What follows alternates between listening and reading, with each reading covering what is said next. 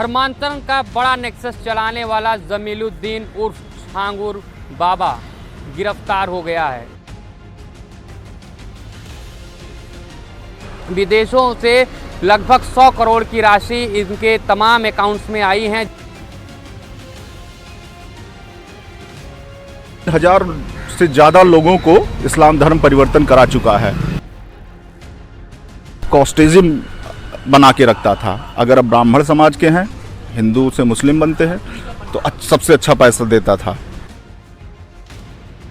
इसकी नियुक्ति पत्र है कि इसमें महात्मा गांधी, रविंद्रनाथ टैगोर और खुद देश के प्रधानमंत्री नरेंद्र मोदी बने हुए हैं। सरकार से जुड़ी व्यवस्था का लालच देकर भी कहीं ना कहीं कन्वर्जन कराता रहा हो। का जो उतरौला में मकान बना हुआ मधुपुर में, लगभग हमें लग रहा करोड़ों का होगा। कार्रवाई इस पर होनी चाहिए। कहीं ना कहीं इसका तार आतंकवाद से भी जुड़ेगा। धर्मांतरण का बड़ा नेक्सस चलाने वाला जमीलुद्दीन उर्फ छांगुर बाबा गिरफ्तार हो गया है। एसटीएफ चीफ अमिताभ यस ने भी प्रेस कॉन्फ्रेंस करके बयान देते हुए बताया कि किस तरीके से जमीलुद्दीन धर्मांतरण का पूरा एक नेक्सस चलाता था और तमाम लोगों को, इसके टीम में जो लोग थे वो लड़कियों को प्रेम में फंसाकर उसका धर्म परिवर्तन कराते थे और नाबालिग बच्चियों का भी धर्मांतरण होता था। जैसा कि मीडिया में खबरें आई थी कि छांगुर बाबा जो था ये लड़कियों के रेट लगाता था कि ब्राह्मण लड़की मतलब 16 लाख, ठाकुर लड़की धर्मांतरण 16 लाख, बनिया लड़की 12 लाख, वहीं पर दलित लड़की 8 लाख, ऐसे तमाम बातें निकल कर आ रही हैं। वहीं पर अमिताभ यस ने ये भी कहा है कि विदेशों से लगभग 100 करोड़ की राशि इनके तमाम अकाउंट्स में आई है, जिसकी जांच चल रही है। इस पूरे मुद्दे पर हम बात करेंगे विनय पांडे से। विनय पांडे वो हैं जिन्होंने छांगुर बाबा के खिलाफ कई कंप्लेन दी थी एसटीएफ में, एटीएस में, लोकल थाने में। अब हम इनसे बात करेंगे कि आखिर बाबा का साम्राज्य कैसा है और बाबा का जो नेक्सस था वो कैसे काम करता था, वो कैसे हिंदू की लड़कियों को, हिंदुओं को अपने जाल में फंसाकर धर्मांतरण करता था। जैसे कि अब मामला सामने आया है, अगर हम विस्तार से बात करें तो आपने कब पहली बार एप्लीकेशन दी थी? एक्चुअली सबसे पहले तो आपका धन्यवाद, क्योंकि आपने इतने बड़े मुद्दे पे बात करने का साहस किया। हमको ये शुरुआत हो गया 1 साल से। पहला एप्लीकेशन हमने एसपी बलरामपुर को भेजा था, कोई कार्रवाई नहीं हुई। फिर शुरुआत वहीं से हुई, मुख्यमंत्री, फिर एसटीएफ को भी भेजा गया, फिर लास्ट में एटीएस को भेजा गया, फिर इस पे कार्रवाई हुई। क्योंकि 4 महीने पहले इसके कुछ गुर्गे जो अरेस्ट हुए थे, इसको छोड़ दिया गया। फिर अब जाके इसके ऊपर कार्रवाई हुई है। एक्चुअली ये 3000 से ज़्यादा लोगों को इस्लाम धर्म परिवर्तन करा चुका है और परिवर्तन कराने के बाद ये उनको मुरीद बनाता था। तो कई बार इसने हमको फ़ोन करके धमकियां दी और ये बोला कि पांडे जी ऐसा है कि जो लोग धर्म परिवर्तन कहते थे उन्हें एक शब्द दिया जाता था मुरीद, यानी कि आप किसी धर्म के प्रति या फिर छांगुर बाबा के प्रति जो मुरीद हो जाते थे उन्हें मुरीद इस्लाम के प्रति नहीं होते थे, वो इस बाबा के प्रति मुरीद होते थे।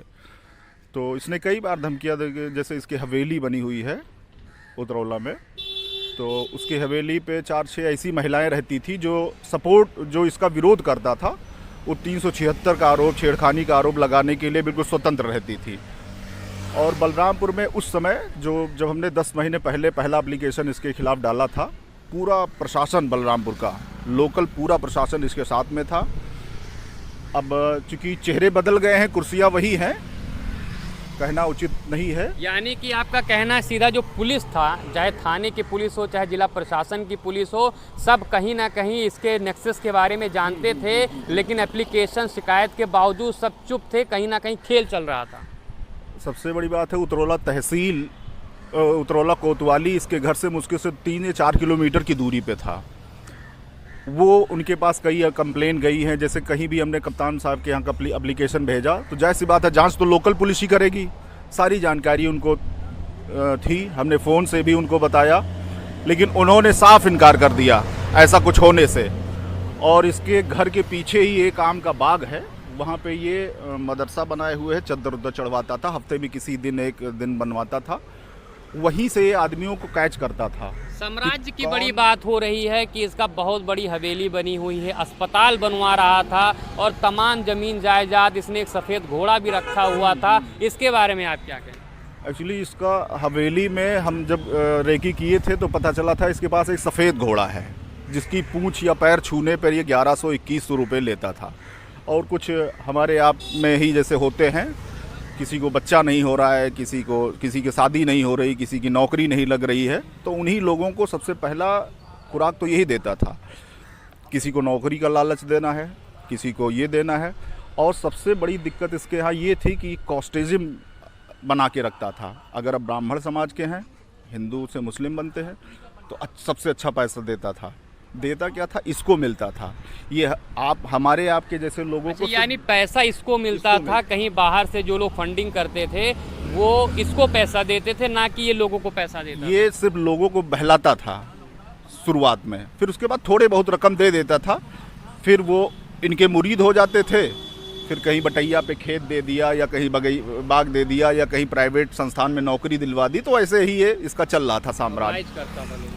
3000 से ज़्यादा इसने कन्वर्जन बना रखे हैं, करीब किए हैं। और ये इसकी नियुक्ति पत्र है जिसमें आप खुद देखिए महात्मा गांधी की फ़ोटो लगी हुई है, रविन्द्रनाथ टैगोर की फ़ोटो। ये नियुक्ति पत्र ये कब देता था? ये आप अगर जब कन्वर्ट हो जाएंगे, इसके मुरीद बन जाएंगे, तो ये पूरा तो नियुक्ति पत्र। ये नियुक्ति पत्र है जिसे जमीलुद्दीन जिसका भी कन्वर्जन कराता जी, था, जी। उसके बाद नियुक्ति पत्र देता था। आप इसमें देख सकते हैं, देश इसका के नाम प्रधानमंत्री का भारत फोटो लगा हुआ। सेवा संघ यानी धर्मांतरण होता था, लेकिन इसके जो शब्द हैं वो कहीं ना कहीं सनातन से जुड़े हैं। जी, जी, जी। और सबसे हैरानी की बात है, इसमें तस्वीर देखिए एक बार आप देखिए कि इसमें महात्मा गांधी, रविन्द्रनाथ टैगोर और खुद देश के प्रधानमंत्री नरेंद्र मोदी बने हुए हैं। आप देख सकते हैं कि कैसे ये कहीं ना कहीं जिस तरीके से ये लेटर पैड है, ये लगता है कि ये लोगों को हो सकता है कि सरकार से जुड़ी व्यवस्था का लालच देकर भी कहीं ना कहीं कन्वर्जन कराता रहा हो। एक बार ये अरब कंट्री का है और ऐसे इस्लामिक तमाम अरेबिया कागज़ है। हैं इनके पास में जो ये साबित करते हैं और कहीं ना कहीं ये सबूत हैं कि जिस तरीके से वो नेक्सस चलाता था उस चीज़ के। आपको क्या नाम आपका, जो आप क्या किसी सामाजिक संगठन या राजनीतिक संगठन से जुड़े हुए हैं? एक्चुअली ये हमारा ये आपको इनके बारे में कैसे जानकारी हुई? एक्चुअली जैसे अफवाहें उड़ते उड़ते हमारे पास आई थी, तो शुरुआत में भी हमने कहाँ जैसे के रहने वाले हैं? हम तो इसके लखनऊ में भी रहते हैं और हमारा घर है रेहरा बाज़ार में। बलरामपुर के ही रहने वाले हैं, रेहरा बाज़ार में हमारा घर है, निवास। तो ऐसे ही लोकल न्यूज़ के माध्यम से या लोकल व्यूज़ के माध्यम से हमको पता चला इसके बारे में। फिर भाई जब पता चला तो बुरा तो लगेगा ही सनातन होने के नाते।